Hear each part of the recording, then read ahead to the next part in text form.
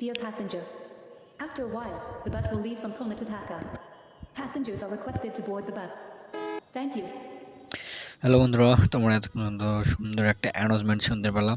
তো আজকে আমরা নাবিল পরিবহনকে নিয়ে যাচ্ছি খুলনা থেকে যশোরের উদ্দেশ্যে।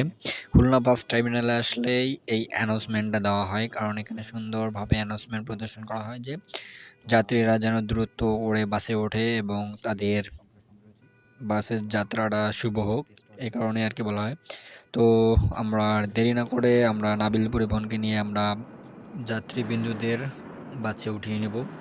তো আমরা এখন আমাদের স্ট্যান্ডে চলে এসেছি। তো আমরা আমাদের বাসের দরজাটা খুলে দেব।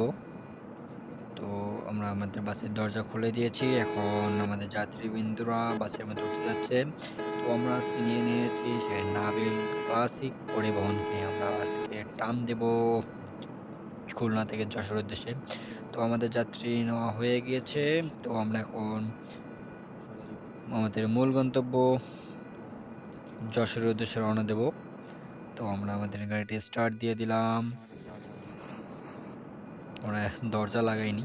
তো আমরা দরজাটি লাগিয়ে নিলাম। তো আমরা এখন গাড়িটি স্টার্ট দিয়ে দিলাম। আমরা এখন রয়েছি খুলনা টু যশোর হাইওয়ে রোডে। তো তোমরা দেখতে পাচ্ছ আমাদের ডান সাইডে প্রচুর জ্যাম। কারণ সামনে হয়তো কিছু প্রবলেম হয়েছে, এই কারণে আরকি প্রচুর জ্যাম লেগে গিয়েছে। তো তোমরা সবাই ভিডিওটি এনজয় করো।